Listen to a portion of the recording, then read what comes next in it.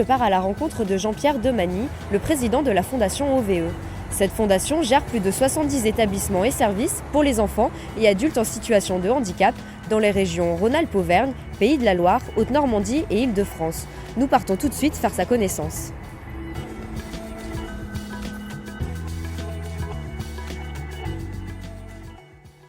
Bonjour Monsieur Demagny. Bonjour. Vous êtes donc le président de la Fondation OVE.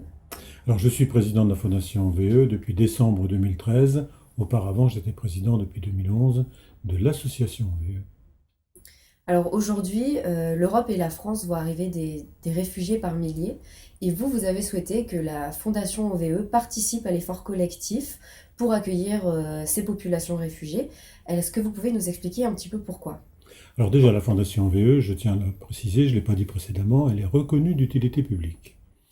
Ensuite, la vocation de la Fondation OVE, c'est de s'intéresser, d'accueillir, d'aider les populations fragilisées par un certain nombre d'événements, des populations d'enfants ou d'adultes malades, handicapés.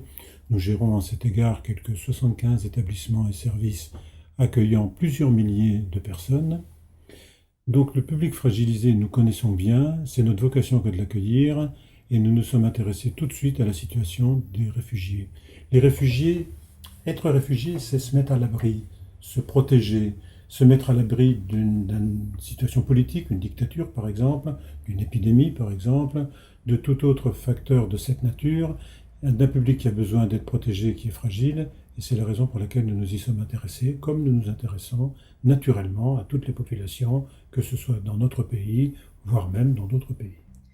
Vous avez parlé de personnes fragilisées. Concrètement, quelles propositions la Fondation OVE peut-elle mettre en œuvre pour ces populations réfugiées ? Déjà des propositions d'ordre matériel. Nous avons peut-être la vocation de devenir centre d'hébergement provisoire, c'est-à-dire de pouvoir offrir un terrain, un toit, un habitat à des personnes qui pourraient s'en voir privées momentanément ou durablement. Nous avons écrit à un certain nombre de personnes des autorités pour leur proposer nos services, proposer également nos compétences, nos savoir-faire acquis au fil des ans. La Fondation OVE, héritière de l'association, comme je le disais tout à l'heure, héritière de l'association existe depuis 1944. Ce savoir-faire, ces compétences sont réelles et notre personnel et notre direction est capable de les proposer à toutes sortes de populations. Je vois que vous avez les capacités de proposer des solutions. Alors, est-ce que vous avez déjà proposé ces solutions et est-ce que vous avez déjà eu des réponses ? Alors, nous les avons proposées aux autorités, bien sûr, à Madame la ministre des Affaires sociales, de la Santé et des Droits de la Femme, qui nous a gentiment et fort aimablement répondu en nous disant qu'elle transmettait notre demande aux personnes chargées d'assurer le suivi de ce dossier et qu'on ferait appel à nous dès lors qu'on en aurait besoin. Nous avons également transmis des courriers et obtenu des réponses des directeurs ou directrices d'agences régionales de santé des régions dans lesquelles nous œuvrons, à savoir Rhône-Alpes-Auvergne évidemment, Normandie, Pays de la Loire.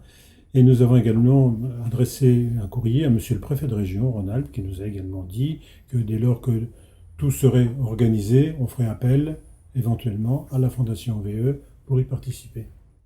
L'accueil des réfugiés pourrait-il être une nouvelle branche d'activité que la Fondation OVE souhaiterait développer ?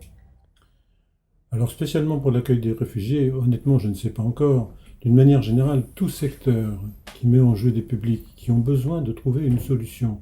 Notre problématique, c'est d'arriver à trouver une solution pour chaque personne qui en a besoin, et une solution qui soit personnalisée et adaptée. En ce sens, oui, on peut créer une branche des réfugiés. Elle peut aussi s'intégrer dans une autre catégorie si c'est une question de catégorie. Mais ce qui est essentiel, et ce que je voudrais dire et redire, c'est que c'est d'abord trouver une solution pour tous et pour chacun. Il semble que vous avez la volonté, et si je revenais dans quelques mois pour voir un petit peu comment vous avez mis en œuvre ces moyens, vous seriez d'accord ?